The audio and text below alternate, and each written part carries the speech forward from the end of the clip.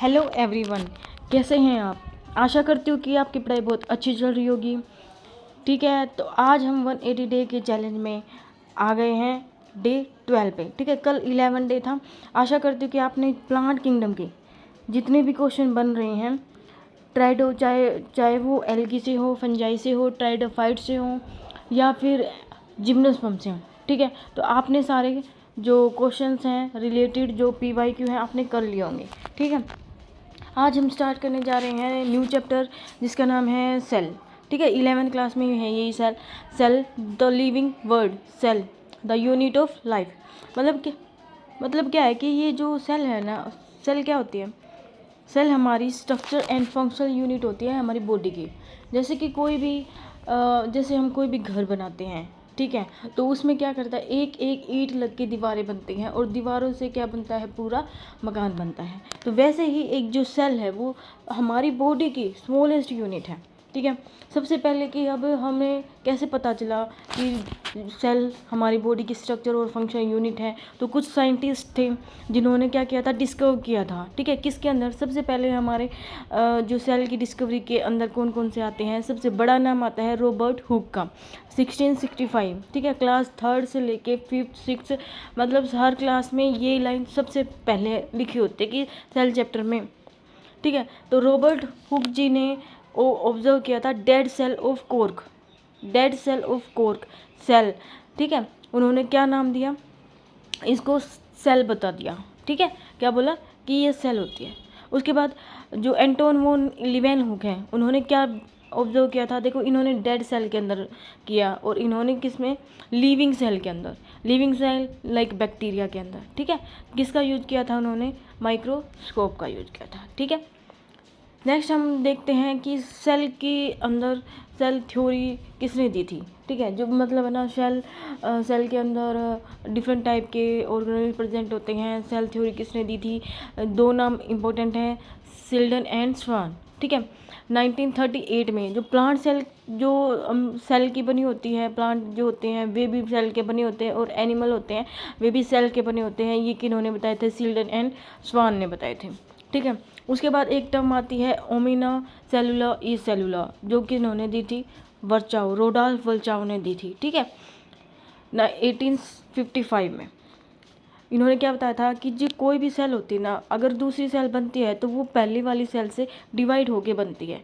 ये बताया था कि इन्होंने, रोडाल्फ वर्चाओ ने।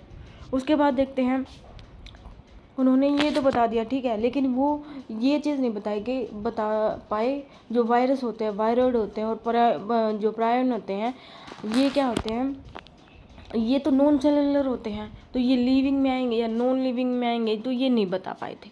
ठीक है, जो रोडाल्फ वर्चाओ उन्होंने तो प्री एग्जिस्टेंट सेल के बारे में बता दिया था, बट ये उन्होंने इसके बारे में नहीं बता पाए थे। ठीक है, इन्होंने एक बुक भी लिखी थी जिसका नाम है सेलुलर पैथोलॉजी।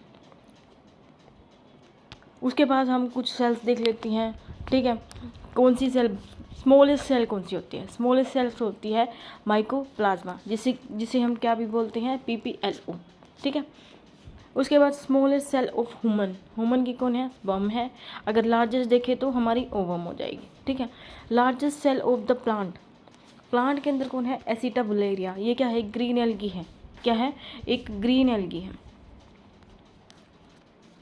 उसके बाद है लॉन्गेस्ट सेल अगर हम ह्यूमन में देखें, नर्व सेल है जो कि 90 सेंटीमीटर होती है ह्यूमन के अंदर। ठीक है, न्यूरॉन होता है जो कि हमारा जो कोऑर्डिनेशन सिस्टम में हेल्प करता है। उसके बाद हम देख लेते हैं कि प्रोकैरियोटिक और यूकैरियोटिक सेल्स के अंदर क्या डिफरेंस है।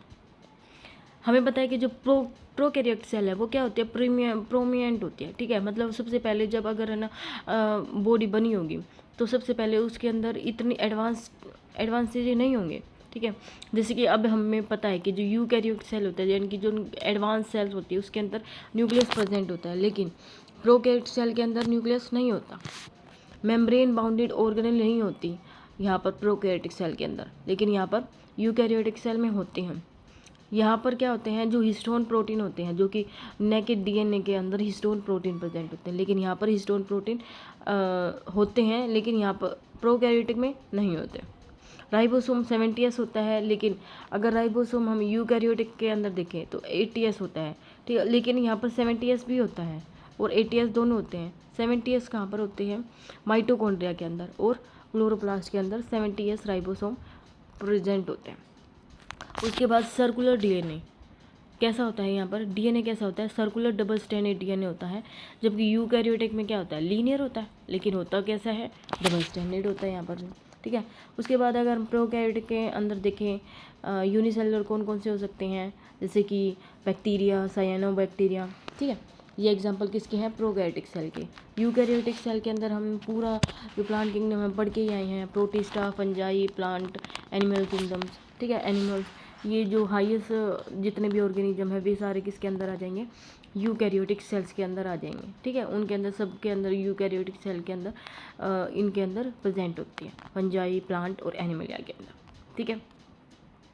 उसके बाद हम देखते हैं कि एनिमल सेल और प्लांट सेल में क्या डिफरेंस है। हमने ये देख लिया कि प्रोकैरियोटिक सेल और यूकैरियोटिक सेल में क्या डिफरेंस है। अब हम देखते हैं कि प्लांट और एनिमल सेल्स के अंदर क्या डिफरेंस है। सबसे पहले हमें पता है कि जो प्लांट सेल होते हैं उनके पास क्या होते हैं? ये आउटर कवरिंग जो देख रहे हो, ये क्या होती है? सेल वॉल होती है। यहाँ पर सेल वॉल प्रेजेंट होती है, ठीक है। लेकिन जो एनिमल सेल है उसके अंदर तो कोई भी सेल वॉल प्रेजेंट नहीं होती, ठीक है। तो यहाँ पर सेल वॉल एब्सेंट होती है। उसके बाद यहाँ पर एक लार्ज सेंट्रल वैक्यूल प्रेजेंट होता है, ठीक है। लेकिन एनिमल सेल में स्मॉल होता है। प्लास्टिड सिर्फ प्लांट में प्रेजेंट होता है, प्लास्टिड जो एनिमल्स के अंदर प्रेजेंट नहीं होता। सेंट्रोसोम, सेंट्रोसोम हायर प्लांट के अंदर तो प्रेजेंट होगा, लेकिन जो लोअर प्लांट है वहाँ पर नहीं होगा। लेकिन एनिमल सेल के अंदर सेंट्रोसोम प्रेजेंट होता है। लाइसोसोम क्या होती है? बहुत रेयर होती है, लेकिन एनिमल सेल के अंदर तो मेन काम लाइसोसोम का ही है, ठीक है। वो डाइजेशन वगैरह जितनी भी डाइजेस्टिव एंजाइम है वो लाइसोसोम के अंदर ही प्रेजेंट होते हैं। नेक्स्ट है स्मॉल वैक्यूल्स प्रेजेंट होते हैं यहाँ पर, ठीक है। और ग्लाइकोऑक्सीसोम, जो ग्लाइकोऑक्सीसोम है वो भी यहाँ पर प्रेजेंट होते हैं, ठीक है। और जो एनिमल सेल के अंदर नहीं होते, एब्सेंट होते हैं। अगर हम सेल वॉल देखें, सेल वॉल देखते हैं क्या होते हैं ये? जब आउटर कवरिंग होती है, आउटर बाउंड्री होती है सेल वॉल। बैक्टीरिया के अंदर कैसी होती है? ये हमने पढ़ा था, पेप्टाइडोग्लाइकन और सूडोम्यूरिन की बनी होती है, नैम और नेग, एन एसिटाइल ग्लिसरिक एसिड, ठीक है। म्यूरेमिक एसिड, यहाँ पर म्यूरेमिक एसिड आ जाएगा, ठीक है। उसके बाद फंजाई, काइटिन की बनी होती है। यहाँ पर क्या होता है? NAG नेग पॉलीमर प्रेजेंट होता है, ठीक है। ये हमें फंजाई के अंदर भी पढ़ा था। नेक्स्ट है प्लांट्स कैसे बने होते हैं? सेलुलोज के बने होते हैं। प्लांट की सेल वॉल किसकी बनी होती है? सेलुलोज की बनी होती है, ठीक है। उसके बाद डाइटम्स जो होते हैं उनकी जो सेल वॉल होती है वो कैसी होती है? सिलिकोसियस होती है, यानी कि वहाँ पर सिलिका प्रेजेंट होते हैं, SiO2, ठीक है। नेग में कौन आ जाते हैं? एन एसिटाइल ग्लूसामाइन, ठीक है। और नेम में कौन आएगा? एन एसिटाइल मोरेमिक एसिड, ठीक है। ये सेल वाल हो गई। अभी एक बार प्लांट की सेल वाल के अंदर देखते हैं। सबसे पहले जो ये आउटर कवरिंग होती है, ठीक है। आउटर कवरिंग होती है, इसे क्या बोलते हैं हम? प्राइमरी सेल वॉल, जिससे जो कि किसकी बनी होती है? सेलुलोज की बनी होती है, जो कि क्या होती है? एक लिविंग होती है, ठीक है। उसके बाद क्या होता है कि ये एक सेल है, ये एक सेल है, ठीक है।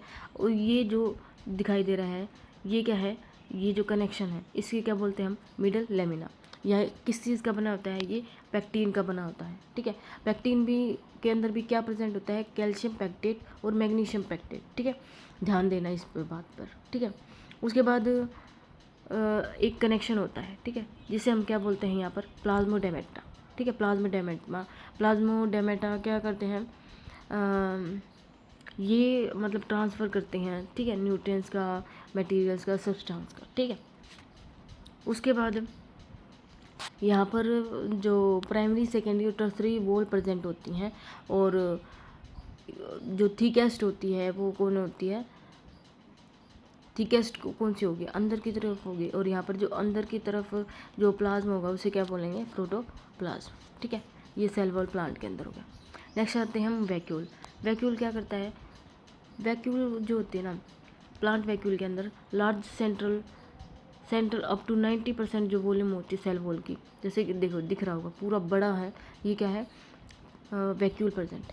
और वैक्यूल की जो ये वॉल होती है ना, इसको क्या बोलते हैं? टोनोप्लास्ट बोलते हैं, ठीक है। कि क्या बोलते हैं? टोनोप्लास्ट। उसके बाद यहाँ पर क्या प्रेजेंट होती है, जो ये कवरिंग होती है इसी को क्या बोलते हैं, सेल सैप बोलते हैं। सेल सैप के अंदर क्या होता है, water, salt, sugar, organic acid और पिगमेंट, ये सारी चीज़ें कहाँ पर प्रेजेंट होती हैं, सेल सैप के अंदर। टोनोप्लास्ट हमने बता दी, जो वैक्यूल्स की मेम्ब्रेन है उसको टोनोप्लास्ट बोलते हैं। फंक्शन क्या है, अब जितना भी वेस्टेज है ना प्लांट के अंदर, वो सारा का सारा वैक्यूल्स के अंदर इकट्ठा हो जाएगा, ठीक है। स्टोरेज का काम करता है, waste disposal, maintenance, turgidity, growth, ठीक है। ये सारा है किस में हेल्प करता है, ग्रोथ में भी हेल्प करता है। और टर्जिडिटी मतलब ये क्या है, जो सेल को टाइट बना के रखती है, ठीक है। उसके बाद यूकैरियोटिक ऑर्गेनिज्म के अंदर कौन कौन आते हैं, प्रोटिस्ट आते हैं जो कि यूनिसेलुलर होते हैं, ठीक है। और जो फंजाई होते हैं, फंजाई एनिमल और प्लांट, ठीक है। नेक्स्ट हम आते हैं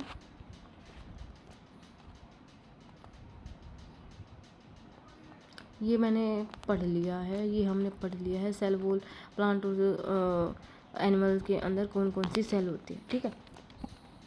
तो ये हमने वैक्यूल्स तक कंप्लीट कर लिया, ठीक है। तो नेक्स्ट हम करेंगे जितनी भी सेल ऑर्गेनेली हैं वे करेंगे हम कल, ठीक है। तो आप पढ़ना, जितने भी फैक्ट्स हैं वे ज़रूर याद कर लेना, ठीक है। Okay, thank you so much.